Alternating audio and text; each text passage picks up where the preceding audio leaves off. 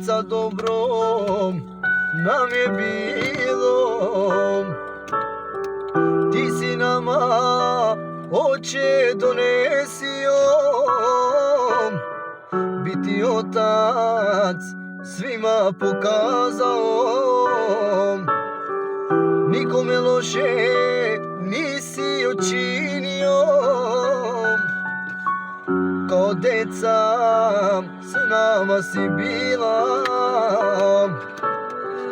Ti si, majko, nas odgojila, šta je život nama pokazala. Nikome loše nisi učinila.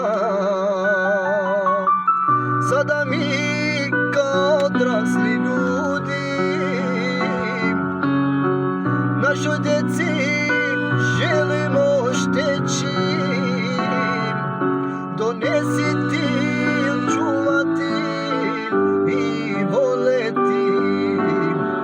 To smo mi od tebe naučili.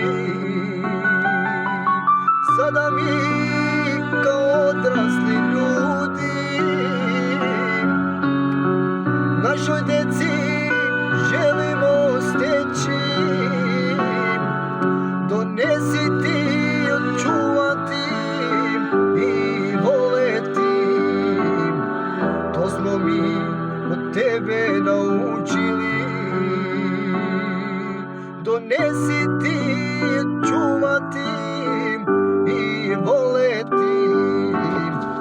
To smo mi od tebe nasledili. Pozdrav ljudi. Svima po meni.